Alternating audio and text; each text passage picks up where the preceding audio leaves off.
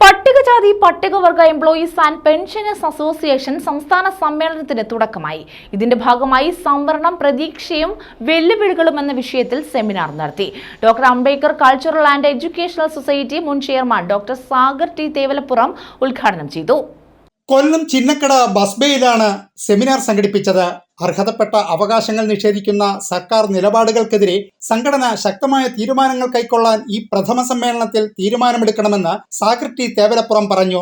ഏതൊരു സമൂഹത്തിന്റെയും ചരിത്രത്തിന് വളരെ പ്രാധാന്യമുണ്ട്. നമ്മൾ എന്തിനാണ് ചരിത്രം പഠിക്കുന്ന ചിലർക്ക് ചോദിക്കാറുണ്ട്. ചരിത്രം പഠിക്കണം, ചരിത്രത്തിൽ നിന്നും നമ്മൾ ഊർജ്ജം ഉൾക്കൊള്ളണം. ഞാൻ നേരത്തെ പറഞ്ഞ ഊർജ്ജം, ചരിത്രത്തിൽ നമുക്ക് ഊർജ്ജം കിട്ടും.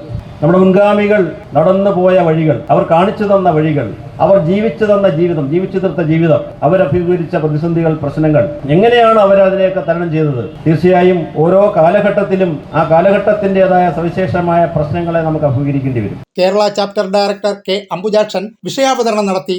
സംസ്ഥാന കമ്മിറ്റി പ്രസിഡന്റ് നെടുമ്പന അജയകുമാർ അധ്യക്ഷനായിരുന്നു. Centre for Dalit studies general convener G Sathyaseelan, S Sukumaran, R Aniruddhan, C Devarajan എന്നിവർ സംസാരിച്ചു. ന്യൂസ് ബ്യൂറോ, കൊല്ലം.